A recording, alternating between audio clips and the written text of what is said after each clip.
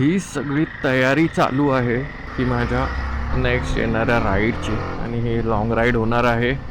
काय फरक जाणवतोय तर खूप फरक जाणवतोय. ती बाईक पूर्ण बसत होती खाली, ती जरा पण बसत नाहीये आता. बायकोला बसून राऊंड मारून या.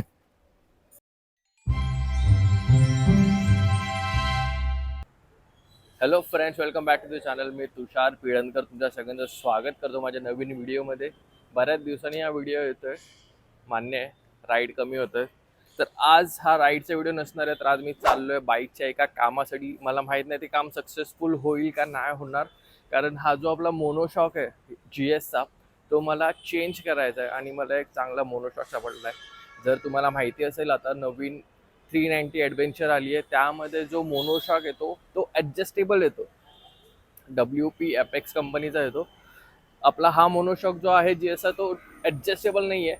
त्यामुळे हा खूप सॉफ्ट आहे आणि जेव्हा मी पिलियन बरोबर म्हणजे राईड करतोय तर गाडी एकदम अशी बंप होते. पूर्ण शॉक पूर्ण खाली बसतो आणि एक झटका बसतो मणक्याला. तर त्यासाठी मी एक एक्सपेरिमेंट करून बघतोय की तो मोनोशॉक आपल्या बाईकमध्ये लावता येतो का, आणि तो लावून जर आपल्याला थोडं शॉक, आपला जो मोनोशॉक आहे तो हार्ड होतोय का, ते मला बघायचं आहे. तर त्यासाठी ते मॉडिफिकेशन करायला मी चाललो योगीकडे. जर तुम्हाला योगी माहिती नसेल तर मी इथे तिचं इंस्टाग्रामचा ID देईन, तुम्ही बघितल्यावर तुम्हाला लक्षात येईल. योगी YC डिझाईन, परेलला, लोअर परेलला ॲक्च्युली. चला जाऊया आणि थोडंफार मोठं ब्लॉग बघायला मिळेल. मी राहतो घाटकोपरमध्ये, तर घाटकोपर टू परेल आपल्याला, लोअर परेल आपल्याला जायचं आहे. तर तेवढा मोठं ब्लॉग बघा आणि आपण जाऊया योगीकडे. पुढचं काम करून घेऊया, बघूया तो मोनोशॉक लागतोय का नाही लागत आहे. तर YC डिझाईनचं मॅप आपण लावलं आहे. YC डिझाईनला जायचा मॅप. गणपती बाप्पा मोरया. पहिले इंटरकॉम कनेक्ट करून घेऊया. इंटरकॉम ऑन केलाय. Hello hello. इंटरकॉम नीट लागला नव्हता म्हणून एकाच कानात ऐकायला येत होता. संपतोय की नाही संपला बाबा.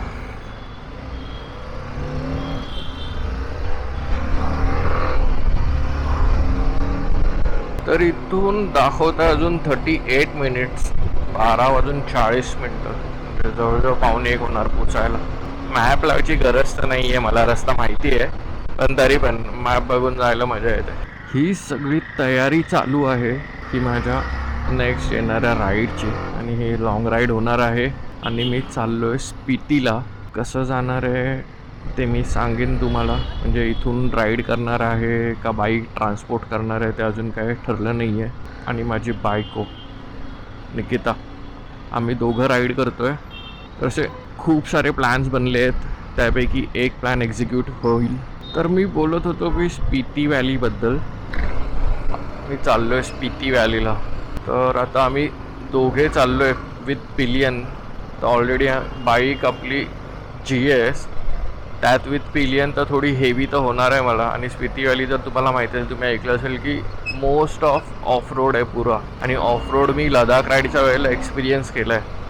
म्हणजे तिकडचे जे रस्ते, जिकडे टारमॅक रस्ताच नाही आहे, तिकडे आपला 1 तासाला जवळजवळ 25 किलोमीटरच कव्हर होतात. जास्तीत जास्त 25, कमीत कमी 20. म्हणजे एवढं स्लो जावं लागतं, कारण रस्तेच नाही आहेत तिकडे.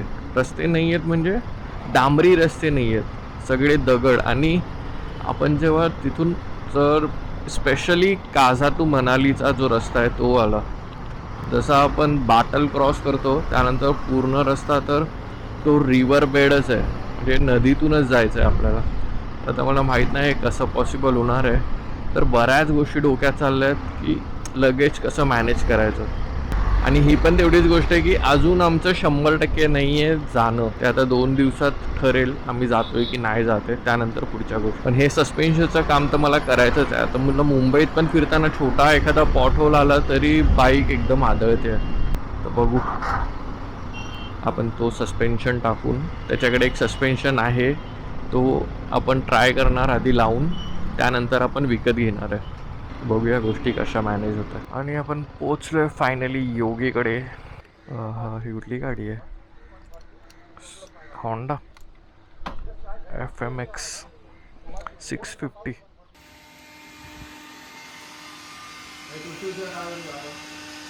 तर गाडी आता आतमध्ये आणली आहे आणि हा आहे तो शॉकर. ॲक्च्युली हा एक्झॅक्टली तो शॉकर नाही आहे, याच्यामध्ये ॲडजस्टमेंट नाही आहे.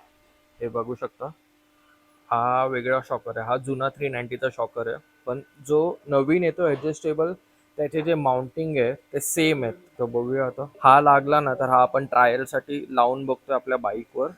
जर हा आपल्याला व्यवस्थित वाटला तर आपण नवीनवाला ऑर्डर करू आणि तो इन्स्टॉल करू. त्यामध्ये इथे एक स्क्रू येतो वरच्या बाजूला, मी दाखवतो तुम्हाला. इथे ना, इथे ह्या पोझिशनला इकडे एक स्क्रू येतो, तिकडे त्याला ॲडजस्टमेंट आहे. तो हार्ड आणि सॉफ्ट करू शकतो आपण. बघूया किती सक्सेसफुल होत आहे. ते योगीचं गॅरेज आहे. योगी थोडं बिझी आहे बाहेर दुसऱ्या कामामध्ये.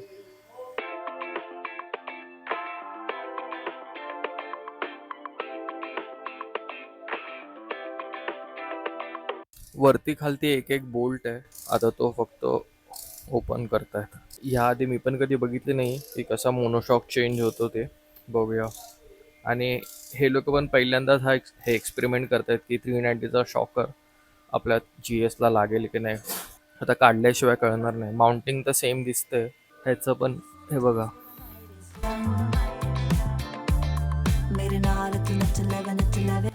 क्या हो गया, बुश फंस गया.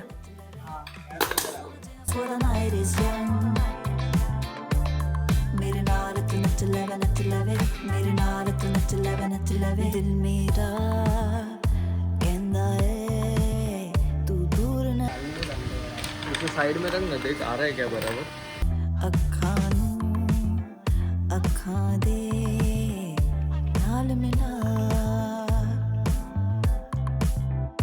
ये नज़ारे हमें पुकारे इस रात के हम दो सितारे है जवा ये रात अभी तू साथ अभी आना बनने लेके चक्कर दूंगा.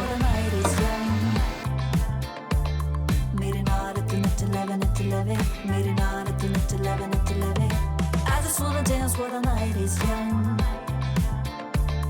मेरे नाल तू नच लवे मेरे नाल तू नच लवे ले ना मिले फिर तो एदा दा समा.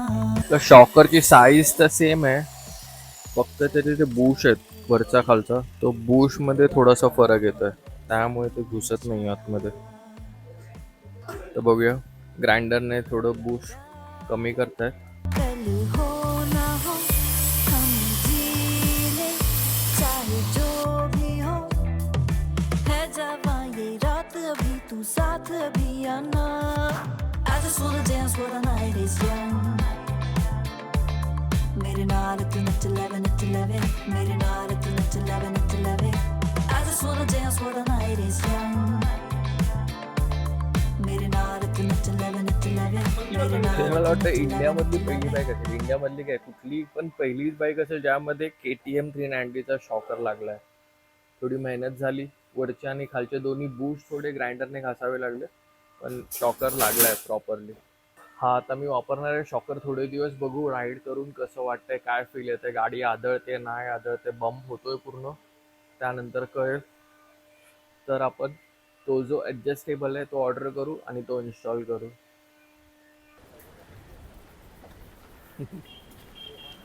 स्ट्रगल करतोय. बायकोला बसून राऊंड मारून या. ये काफी टाइट है. हाँ मतलब फर्क बहुत है दोनों. हाँ GS तेरा एकदम ऐसा डैम्पिंग आता है ना, इसका फिर भी करेगा. हाँ, मेरे को लग रहा है तेरे वेट के हिसाब से ये भी अच्छा ही रहेगा. एडजस्टेबल का जरूरत नहीं पड़ना चाहिए. अच्छा देख ले, फिर ग्राउंड में देख लेना. बस ये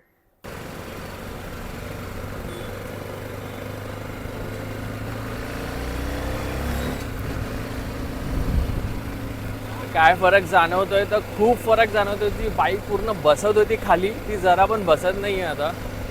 आणि माझ्यापेक्षा जास्त ते हिला आवडतंय, कारण मागच्याला जास्त झटका बसायचा, तो आता नाही वाटत आहे, काहीच नाही वाटत आहे. म्हणजे माझ्या केसमध्ये उलटं झालं. लोक 390चा हार्ड सस्पेन्शन म्हणून GSचं सस्पेन्शन त्याला लावायचे, आणि मी उलटं केलं आहे, सॉफ्ट सस्पेन्शन काढून हार्ड सस्पेन्शन लावलं आहे. करने का इसको नहीं अभी मैं कल राइड करता हूँ, देखता हूँ कैसे लग रहा है ना, तो समझ में आएगा।